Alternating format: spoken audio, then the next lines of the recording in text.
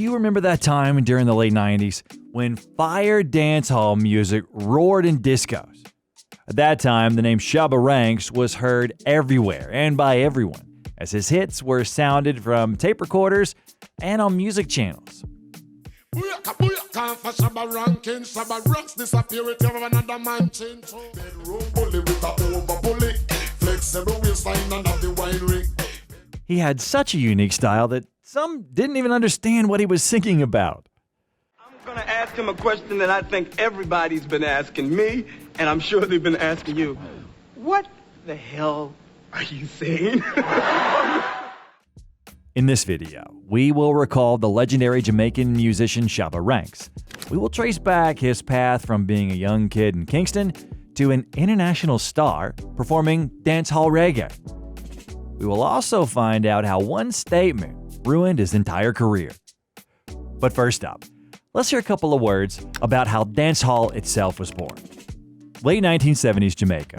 In the soulful courtyards of Kingston, homemade speakers are rumbling as the youth from poor neighborhoods are hosting their own parties. After all, they would never be allowed into decent clubs in the city anyway.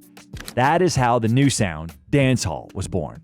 It was founded from reggae, but with the simpler yet sharper sound than the more chill era of Bob Marley's roots reggae. Instead of the Rastafarian hymns about unity, we got jargon choruses about the streets, dancing, and sometimes about violence and sex. Conservative radio stations initially ignored this bold music. Dancehall lived among the people, in loud outdoor dance floors where the microphone was not only held by the hosts, they were called toasters. This is what people who hyped up the crowd with chants over beats were called in the 60s and 70s in Jamaica. They were later called DJs, but it's important to note that these are not the same DJs who play music. In Jamaican culture, a DJ is not the person behind the decks, it's the one who holds the microphone and hypes up the crowd with rhythms. Technically, a DJ essentially plays the role of a local MC. The word dancehall itself initially only meant a party, like dancing halls set up in Jamaica's poor neighborhoods. But with time, it became the word used to refer to the entire music genre. And already by the beginning of the 80s, Jamaica got its first ever dancehall hit songs. For example, the wild track Bam Bam, performed by Sister Nancy, was a simple, catchy rhythm. Bam, bam, ayo, what a bam, bam, bam, bam, dilla. And a few years later, an actual revolution took place. The song Under Me Slang Tang, which was recorded on a fully digital rhythm by the young artist Wayne Smith, exploded the Jamaican scene.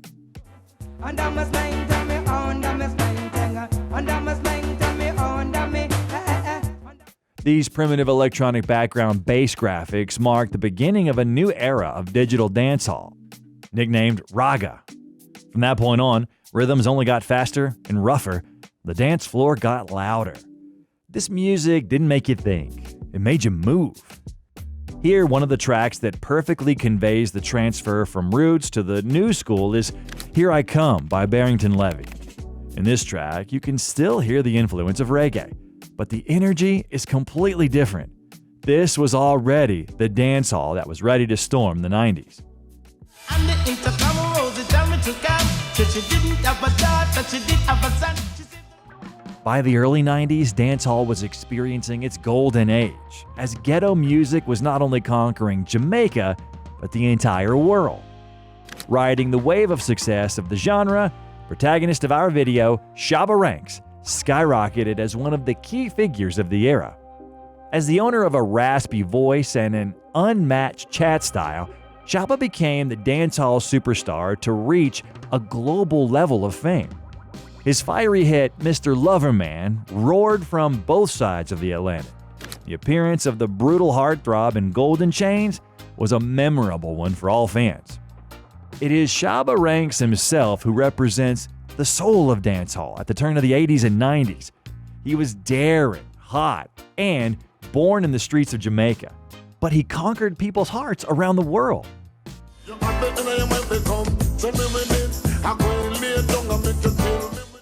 Shabba Ranks, whose real name is Rexton Ralston Fernando Gordon, was born on the 17th of January 1966 in the village of Sturgetown in the district of St. Ann in Jamaica.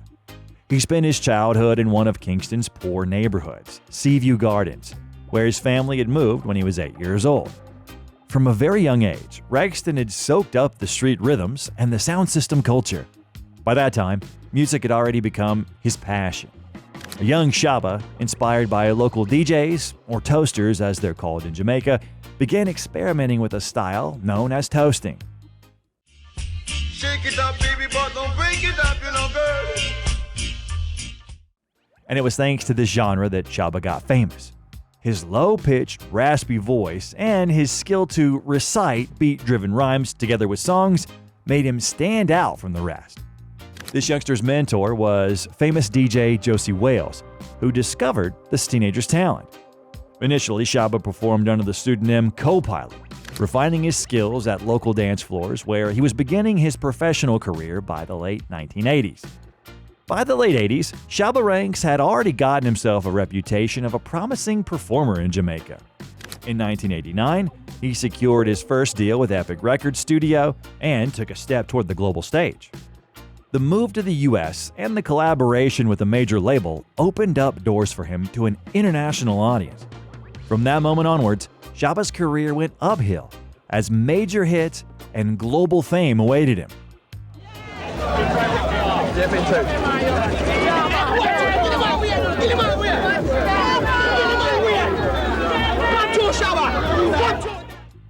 Shabba Ranks' international breakthrough happened in the 90s.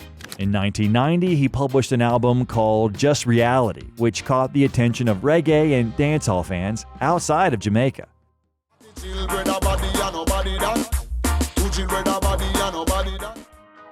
But actual fame came through with the release of the records As Raw as Ever and Extra Naked. Both of these albums were so successful that they earned Shabba 2 Grammy Awards for the Best Reggae Album in the years 1992 and 1993, respectively. For a Jamaican artist at that time, this was an unbelievable achievement and a confirmation of his global status. Shabba Ranks' main signature track was the immortal hit Mr. Loverman, which conquered the dance floors across the world. In the early 90s, it was not possible to not hear this song with its memorable chorus, Shabba, was played from every radio.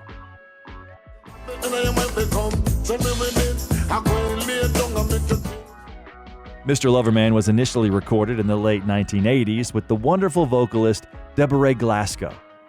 Unfortunately, due to a serious illness, she passed away at the age of 29 years old. Later in 1992, the song was re-recorded with Chevelle Franklin, and it was this very version of the song that became the classic that we know today.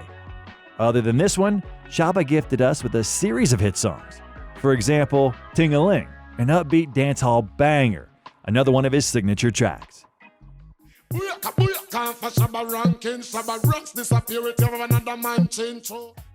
Trailer Load of Girls, the Jamaican party hymn about a truckload of girls, was sounded at every reggae disco. Girls, everything from London, Canada, and the USA. House Call, a collab with British reggae singer Maxi Priest. It's an emotional duet that brought together dancehall and soulful music.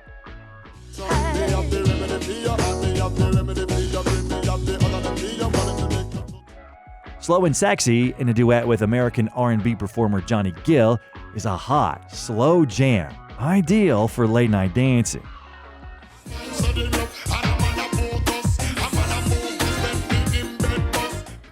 I'd also like to note how Shabba bravely blended dancehall with American hip-hop, expanding the genre's borders.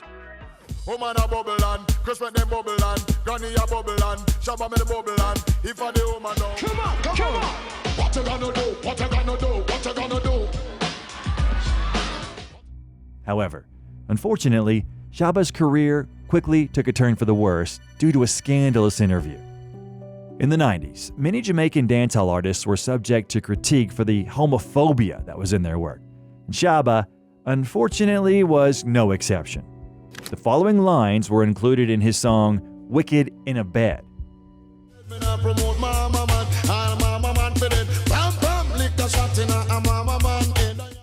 But in fact, the actual big scandal ignited in 1992, when Shabba Ranks spoke out on British television in support of the controversial song Boom Bye Bye by another Jamaican artist, Buju Banton, calling for terrible acts against queer people. Boom bye bye in a batty boy head. Who boy now promote no nasty man. During an interview on the show The World, Shabba held a Bible in his hands and made some unflattering remarks against members of the LGBT community. Presenter Mark Lamar didn't let these words go by so easily, and he harshly condemned the artist, calling his statement rubbish. Shabba's statements caused a wave of rage in Britain and the US. The consequences greatly impacted his career. Shabba Ranks was removed from planned performances. He was disqualified from Bobby Brown's tour in the UK, and his label publicly distanced themselves from the performer's scandal. Realizing the damage his words had created, Shabba offered an official apology, admitting that he lost his temper and that he does not endorse any violence towards gays or anyone else. However, the apology didn't gain him back the public's trust right away.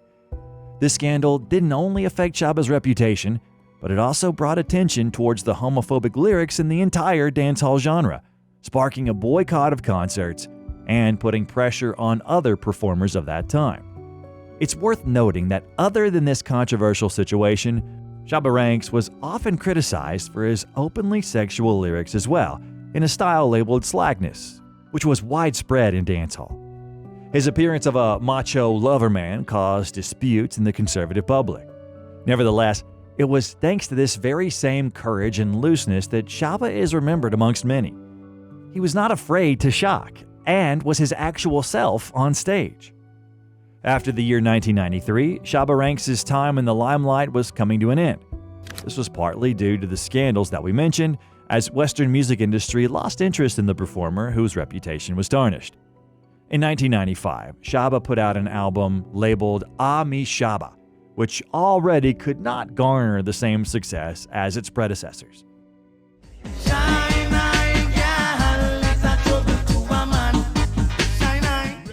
Soon after, in 1996, the Epic label permanently broke the contract with him. Up until that point, Shabba's popularity seemed unshakable, but that was quickly proven to be false.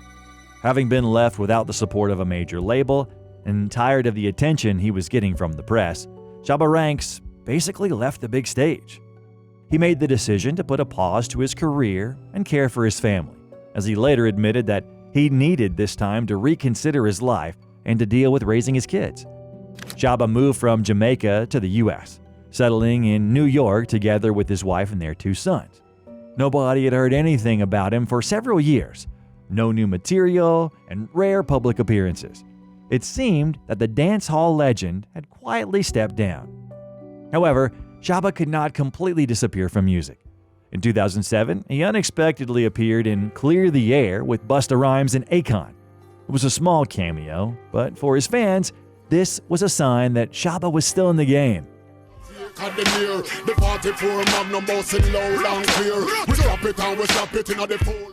In 2011, he released a single, None of Them. Up until now, this is his final track.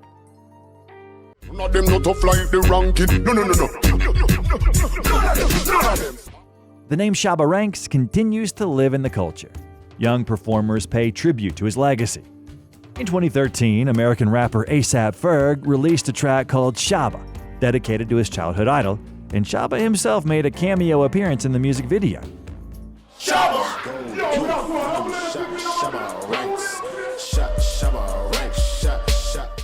He now leads a quiet life in New York and rarely performs at anniversary concerts and festivals dedicated to the music of the 90s.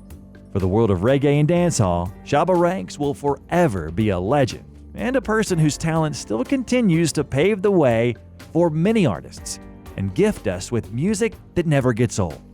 The next video from the Music Vibe channel that I recommend you to watch is the heartbreaking story of Nate Dogg. Bye, everyone.